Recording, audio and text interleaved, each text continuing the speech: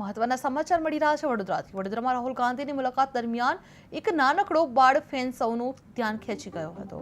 પ્રથમ ધોરણમાં અભ્યાસ કરતા 6 વર્ષીય યુગ તિવારીએ રાહુલ ગાંધીનો સુંદર સ્કેચ બનાવ્યો હતો અને તેને રૂબરૂ આપવાની ઈચ્છા વ્યક્ત કરી હતી।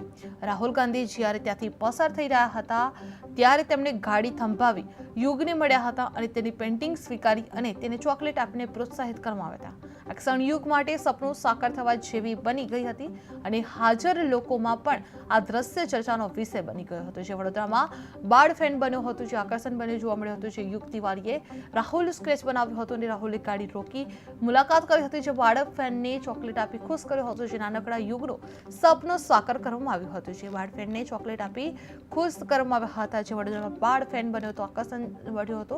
જે યુગ તિવારીએ રાહુલ ગાંધીનું સ્કેચ બનાવવામાં આવ્યો હતો। રાહુલ ગાંધીએ ગાડી રોકી બાળકની મુલાકાત લીધી હતી। એ બાળ ફેનને ચોકલેટ આપી પણ ખુશ કર્યો હતો। નાનકડા યુગનું સપનું પૂરું થયું હતું।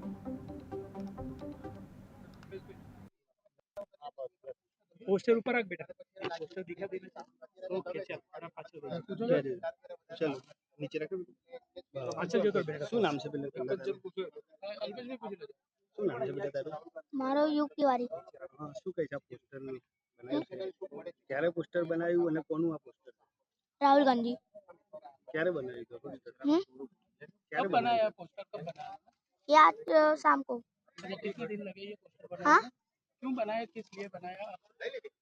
ये पोस्टर बनाने में ये कितने घंटे लगे थे?